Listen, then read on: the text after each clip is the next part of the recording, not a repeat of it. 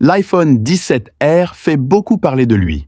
Et maintenant, grâce à de nouvelles images divulguées, nous pouvons enfin voir à quel point il est vraiment différent de l'iPhone 16 Plus actuel. Si vous pensiez que l'iPhone 16 Plus était déjà mince, attendez de voir ce qu'Apple a prévu ensuite. Des images partagées en ligne montrent une unité noire factice du prochain iPhone 17R placé côte à côte avec l'iPhone 16 Plus. Et franchement, cela donne l'impression que le 16 Plus s'est livré à de la restauration rapide. Selon les rumeurs, l'iPhone 17R n'aurait qu'une épaisseur de 5,4 mm. À titre de comparaison, l'iPhone 16 Plus a une épaisseur de 7,8 mm. Cette différence de 2,4 mm peut sembler minime en théorie, mais lorsque vous voyez les deux modèles ensemble, la différence est choquante. C'est comme si Apple avait pris le 16 Plus et avait appuyé sur le bouton de décharge. Ce design ultra fin serait la réponse d'Apple à la baisse des ventes des modèles Plus. Les modèles Plus n'ont pas été très populaires depuis leur introduction avec l'iPhone 14 et il semble qu'Apple soit prêt à faire un changement qualitatif dans ce domaine. Mais avec ce nouveau design élégant, l'iPhone 17R fait l'objet de compromis majeurs. Le mince Apple a dû réduire certains aspects. Tout d'abord, l'appareil photo. Au lieu de la configuration habituelle à double ou triple objectif, l'iPhone 17R ne serait équipé que d'une seule caméra arrière. Il s'agira probablement d'un appareil photo de 48 mégapixels, que l'on retrouve déjà dans l'iPhone 16e à $599. Donc, même si ce n'est pas un mauvais appareil photo, il est certainement de qualité inférieure à celle du Pro, ou même des modèles standards, et ce n'est pas tout. La conception ultra mince peut également vous coûter un deuxième haut-parleur et, plus important encore, une longue durée de vie de la batterie. Selon les rumeurs, l'iPhone 17R ne serait équipé que d'une batterie de 2800 mAh.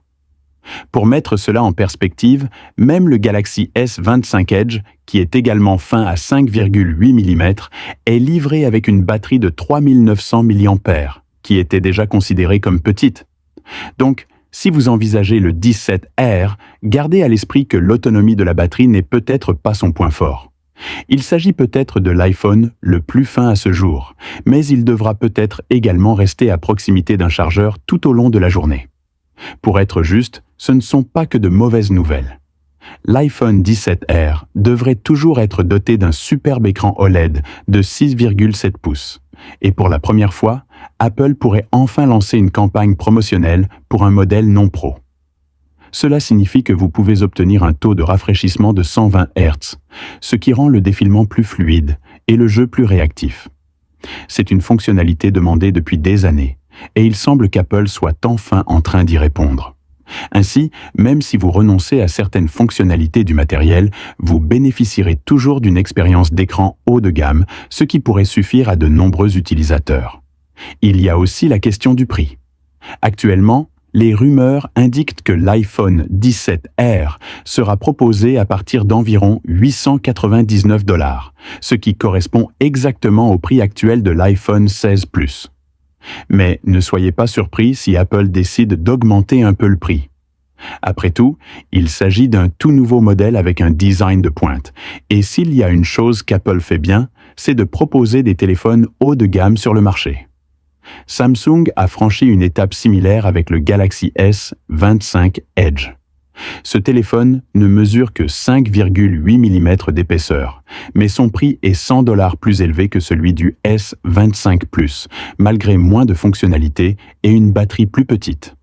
Apple pourrait suivre la même approche, en facturant plus simplement parce que le design semble futuriste. En fin de compte, l'iPhone 17R semble être la dernière refonte de l'iPhone d'Apple depuis des années. Il est très fin et élégant, et peut plaire à ceux qui se soucient plus de l'esthétique que de la taille de la batterie ou des appareils photo multi-objectifs. Mais pour les utilisateurs d'appareils puissants, ces sacrifices peuvent constituer un obstacle important. La gamme complète de l'iPhone 17, y compris l'Air, devrait être officiellement dévoilée en septembre.